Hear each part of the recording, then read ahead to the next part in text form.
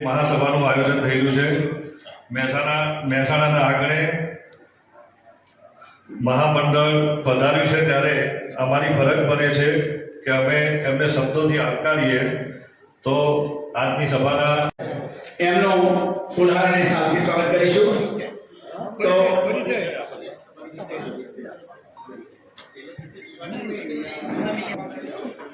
હવે એના પછી અને કહેવાય છે કે આનું ઉદ્ભવ સ્થાન નરસિંહગીરીજી સુરત છે, મહેતા છે, તેમના દ્વારા કરવામાં આવ્યું છે કે આપણે રોહિતપુરીજી આને કીધું કે ગામડે ગામડે ચાલીને જતા હતા, ટપાલ લખતા હતા અને ટ્રેનમાં, બસમાં બધે મુસાફરી કરી અને આપણા મંડળને પૂરું સંગઠિત કર્યું છે.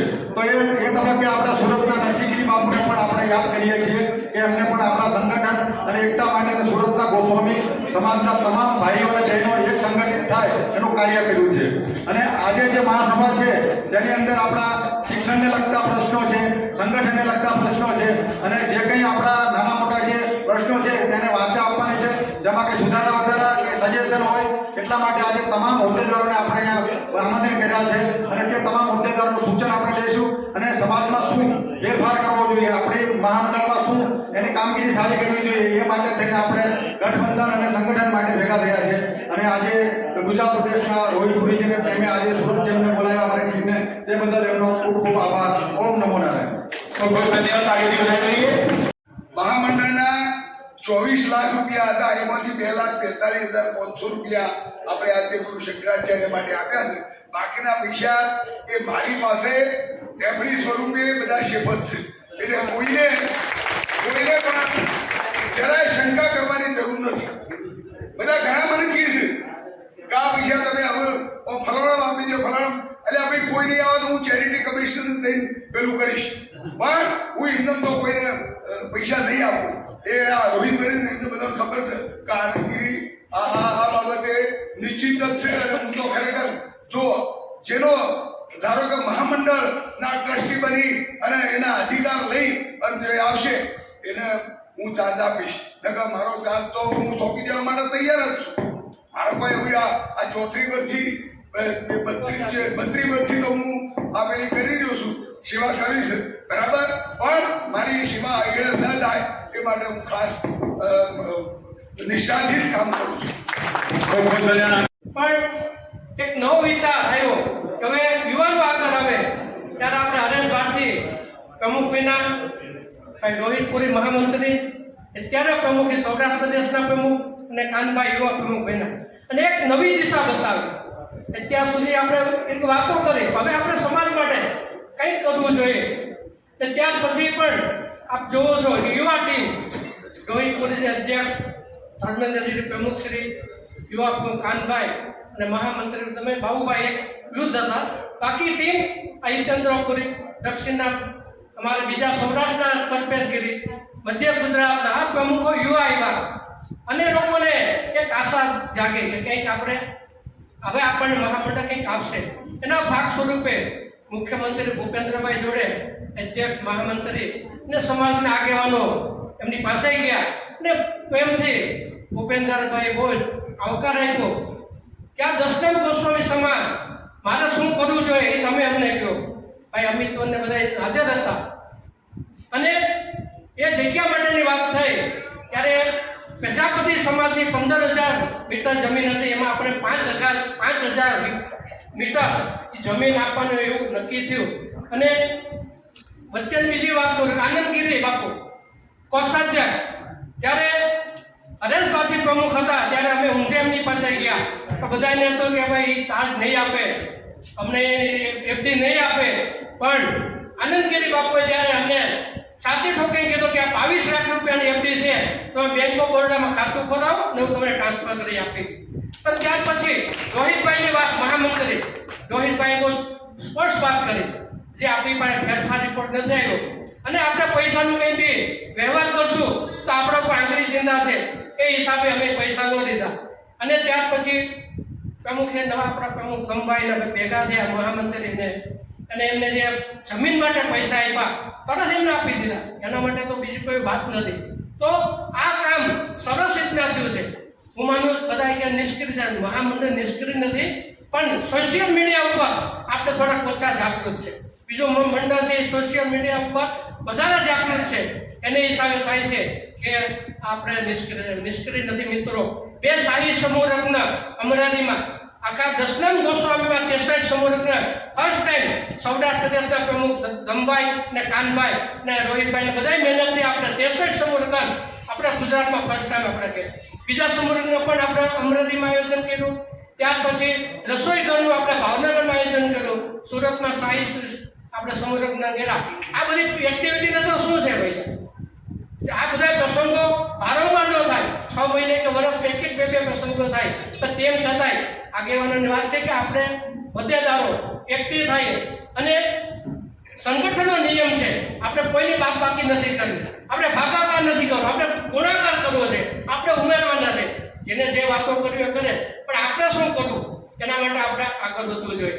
મારે અધ્યક્ષ પ્રમુખને વિનંતી છે કે આપણે સભ્ય સંખ્યા આજે વિચારો, ભારતીય જનતા પાર્ટી આ વિશ્વમાં સભ્ય સંખ્યામાં નંબર 1 છે, તો આપણે સભ્ય સંખ્યા વધારો, જવાબદારી આપો ભાઈ. તમે 50 હો ને 25 સભ્યો, એક જણા જે હોદ્દેદાર છે કે તમે 25 સભ્યો ફરજિયાત બનાવવાના, તો એનાથી સંગઠન જેટલું મજબૂત થશે. એક આપણે આગળ કરશું ને 10,000 સભ્યો હશે તેની અસર ઘણી બધી થશે. ઘણી બધી આપણે વાત કરવી છે. સમાજ માટે જ્યારે પણ જરૂર પડે ત્યારે મહામંડળની ફરજ છે, આપણી ફરજ. અશ્વિનભાઈ છે, અરવિંદ મનભાઈ છે, અમારા રોહિતભાઈ અસોડાવાળા છે ભાઈ, આ બધા અમારા દાદી બાપુ છે, વર્ષોથી બધા કામ કરે છે. આ અમિત શાહનો એનો વિસ્તારનો કામગીરી નહોતું ત્યારે આ સમગ્ર જવાબદારી અમિત વનને આપી દીધી. અમે અમિત વન સાથે ભૂપેન્દ્રભાઈ જોડે 31 જણાની મીટિંગ કરી અને અમિત વનને સીએમએ બાજુમાં બેસાડ્યા અને જાહેરમાં 31 જણા વચ્ચે કીધું આ મારા પીએનો નંબર છે, દશનામ સમાજ માટે જ્યારે જરૂર હોય અમને ફોન કરજો, મારા પીએ ફોન કરજો, અમે સૌમાં વાત કરીશું. તો આ આપણા મહામંડળ, આ આપણા આગેવાનોનું એનો શોખ છે. અમારા કૌશિકભાઈ વેકરી અમરાવતીના આપણા મિનિસ્ટર એજ્યુકેશન ધમભાઈ ને એક ફોન કરે તો એ હાજર થાય છે. અને કાનભાઈ આપણા કે સંત પ્રેમી, સંતોના આશીર્વાદ છે. જે મહામંડળ આપણે જે મહાન મહેન્દ્રગીરી ઇન્દ્ર ભારતી બાપુ, આ સંતો કોઈ જગ્યાએ હાજરી નથી આપતા. આ કાનભાઈના કહેવાથી એ સંતોનું આગમન, એનું હાજરી હોય છે. આ મોટી વાત છે મિત્રો, ભાઈઓ બહેનો. વાતો ઓછી કરવી છે, કામ વધારે કરવું છે. કારણ કે વાતો કરવી અને કામ જમીન આસમાનનો ફેર છે. ફરીથી જ્યારે પણ મહામંડળ અમને બી જવાબદાર જ્યારે બી આપશે કે અમે ખડે તૈયાર છે. જય દશનામ, ઓમ નમો છૂટા પડેલા, એટલે આપણે એવું કહી શકાય કે તેમના બાળકો મોટા થાય એટલે પગભર થાય, એમ નવા મંડળો રચાય. આપણે કહીએ કે દીકરો કમાતો થાય તો અલગ થાય, એમ જે કાંઈ મહામંડળમાંથી અલગ થયા છે એ આપણા જ હતા. પણ સમાજમાં 2 મંડળો બને, 3 મંડળો બને, સારી વાત છે, સમાજ પ્રગતિ કરે. પરંતુ કોઈની પણ લીટી ટૂંકી કરી અને પોતાની લીટી લાંબી કરવી આ વસ્તુ વ્યાજબી નથી. સમાજ હરેક જગ્યાએ કદાચ મહામંડળ પહોંચી ના શકે તો મંડળો બને, સારી વાત છે, બનવા જોઈએ, એ સમાજ માટે જ છે. હવે અમે શૈક્ષણિક સંકુલની માંગણી, આપણે જે માંગણી કરી હતી શૈક્ષણિક સંકુલની, તે દશનામ સમાજના બાળકો માટે હતી, નહીં કે અન્ય કોઈ બીજા સમાજ માટે. પરંતુ દશનામ સમાજમાંથી ફરી એક માંગણી કરવામાં આવી, બીજી.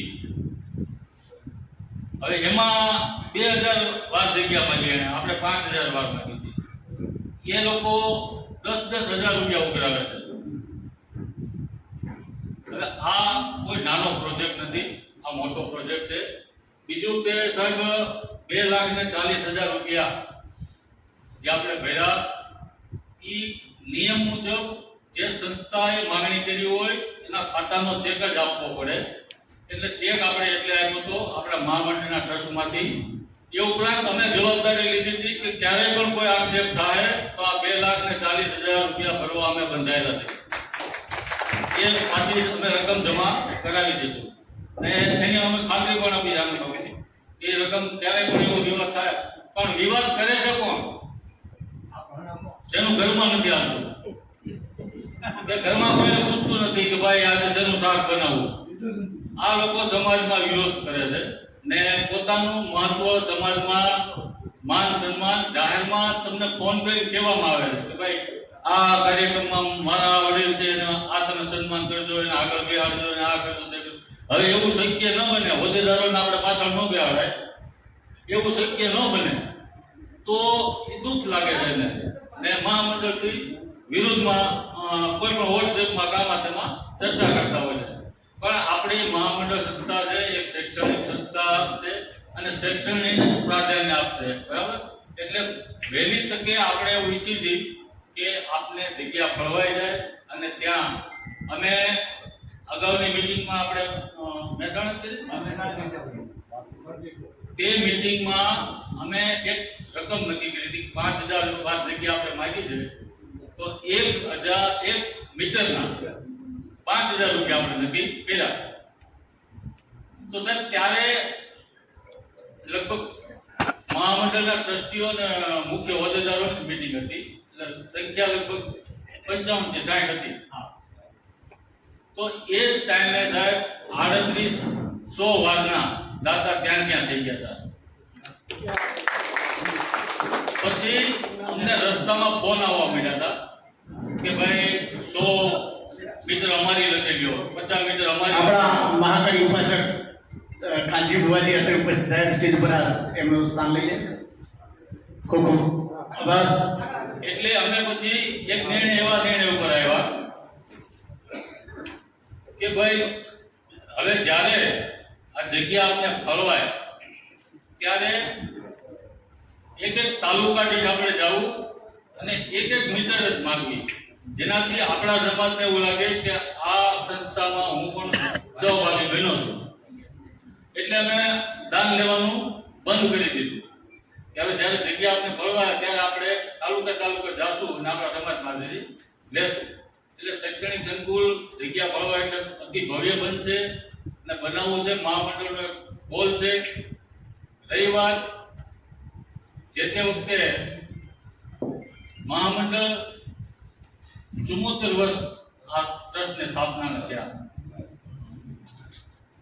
પણ આપણે એમ કહ્યા કે ભાઈ અગાઉથી કદાચ શ્રાપ હશે કે મહામંડળમાં અથવા તો નર્તુકીની જ્યારે સ્થાપના કરી ત્યારે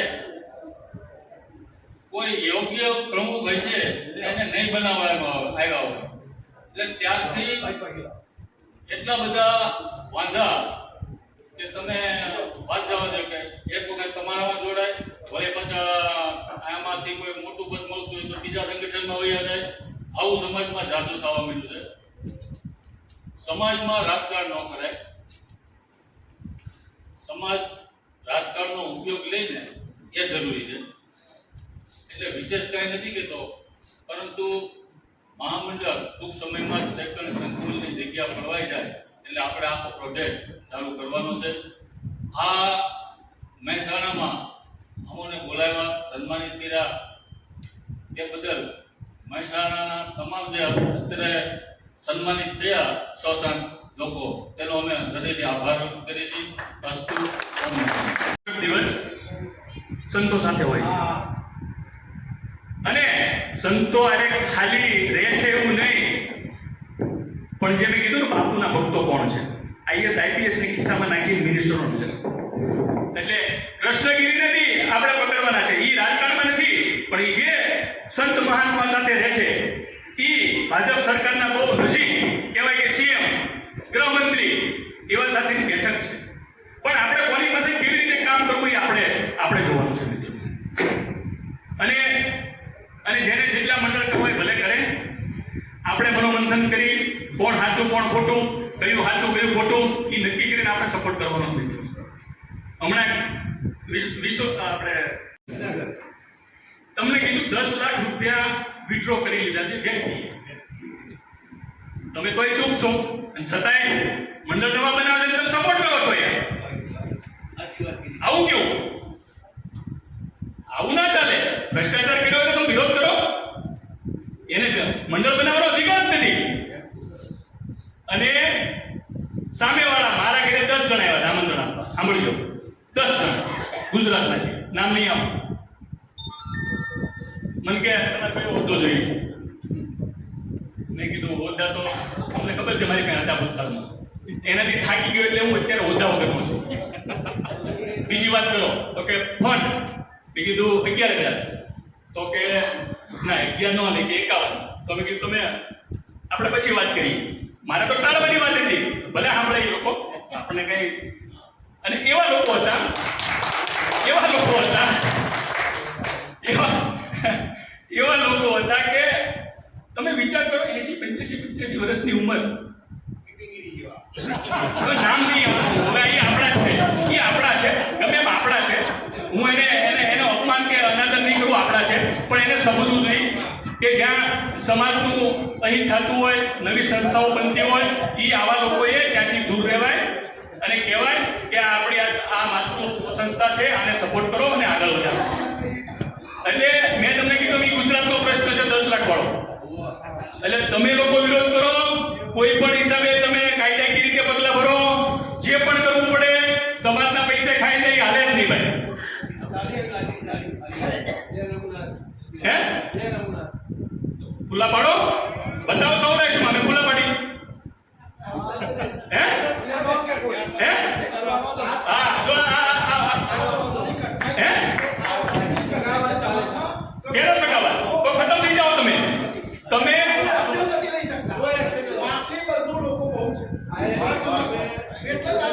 પણ શું કામ સ્વીકારો છો?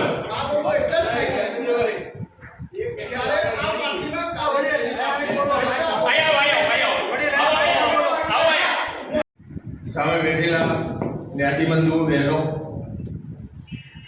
આ સમાજની એક ખામી છે. ધર્મેન્દ્રભાઈનો સંબંધી હોય, ધર્મેન્દ્રભાઈ પ્રમુખ બન્યા પછી બોલાય નહીં. આપણા શ્રી અધ્યક્ષ શ્રી રોહિતભાઈનો સંબંધી હોય એટલે બોલાય નહીં. એ મારું નામ દઉં તો કે તને કેમ બોલ્યા?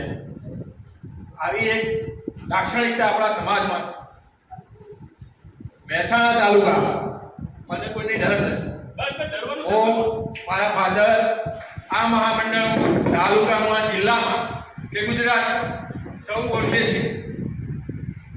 કેવા હતા, કેવા નહોતા. હાલ પૂર્વ પ્રમુખ રમણગીરીજી મારા પિતાનું ઓળખે, હું પણ એ નિયુક્તિ ઉપર ચાલુ છું. મહેસાણા તાલુકાના પ્રમુખ હતા કે ભાઈ શું હતા એ મહેશગીરી મેવાડ પ્રમુખ હતા. મંડળના પૈસા મંત્રીના છેતરાઈ સહી કરાઈ અને ઉપાડી લીધા. એ એમના જવાબ વાપર્યા હોય. પણ લગભગ સાહસિક વ્યક્તિ અમારા મહેન્દ્ર વન એમને મોઢા ઉપર કહ્યું, બાકી કોઈની તાકાત ચાલી નથી. બરાબર. એક વખત જિલ્લાની મિટિંગ હતી, આપણે ભાઈ મહેસાણા શહેરી કરી હતી સમૂહ લગ્નમાં. રામગીરીજી પાછળ બેઠેલા એના, એમને કોઈ વિરોધ કર્યો તો માળવા ઉપર. કેમ ભાઈ, તમે એકલા જ નેતા છો, તમે એકલા જ આગેવાન છો.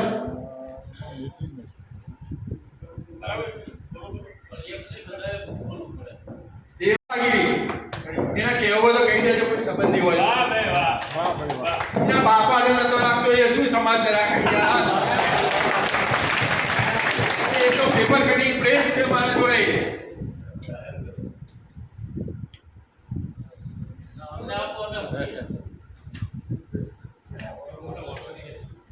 બરાબર.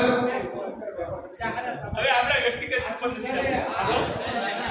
હવે કેળવણી મંડળ છાત્રાલયમાં એને જે કર્યું હોય, ટ્રસ્ટીઓ જૂના હતા એને વિરોધ કરીને પોતે ચડી બેઠો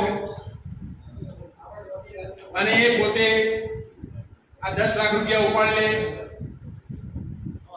તો હાલે. હવે એક વ્યક્તિથી કોઈ એકાઉન્ટ સાક્ષર એકાઉન્ટ ખાતું ચાલે ખરું? ધર્મેન્દ્રભાઈ હોય, મંત્રી હોય, બેની તો સહી હોય, અધરમાં બીજો ઉપપ્રમુખ હોય તો જ ઉપાડી શકે ને. કેમ ઉપાડી? કઈ રીતે ઉપાડી?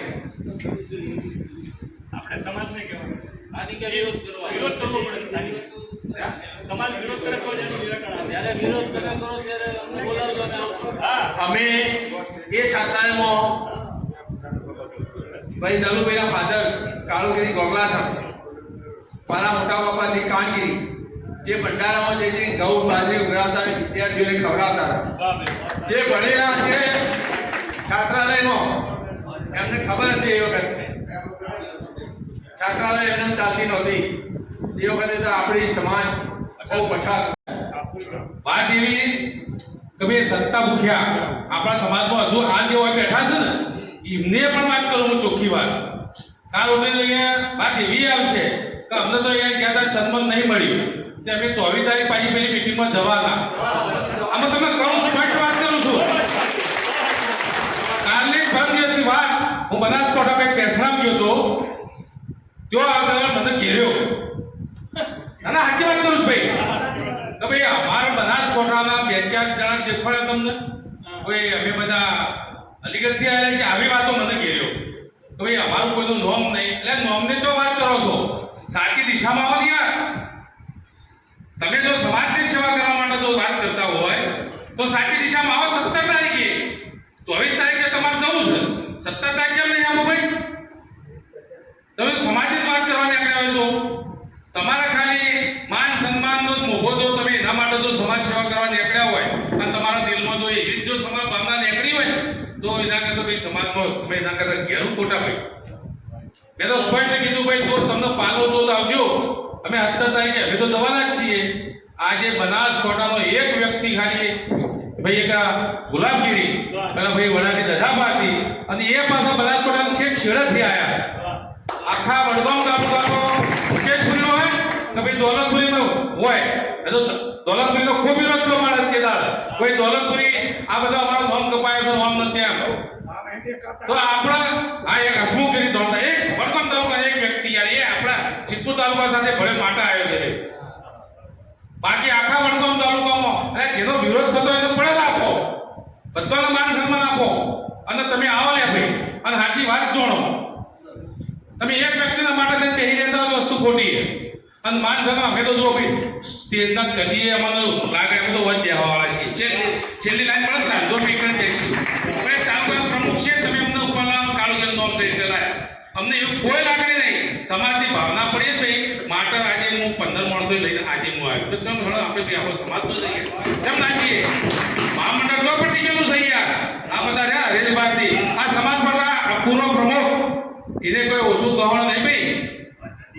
25-50 લાખ રૂપિયા કહી ગયો આ સમાજનો એક પાખું જળવાઈ એના માટે. એમ તો હું પડી દે ભાઈ.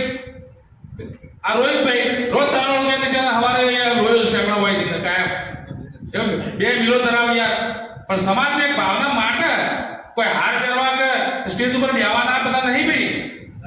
આ તમને સાચી વાત કરી આજે માટે જો જેની સમાજની ભાવના હોય ને તો છેલ્લી લાઈનમાં બેઠો છે એની જો ભાવના છે તે આવશે અને સમાજમાં જે થતું બધું કોઈ એના પાસે કોઈ અપેક્ષા સાથે તમને બોલાય એવું નહીં કે તમે 5000 કે 10,000 લખાતા જજો તમે આવજો એ વાત તો નહીં. પણ તમારે એક સાચી દિશા તરફ જાઓ. ખોટા માણસો આજે વાત ના કરી 10 લાખ રૂપિયા કહી ગયો આ સમાજમાં કના પેટમાં એવું ભાઈ હાલ લોહી ગરમ થયું મને કહેજો.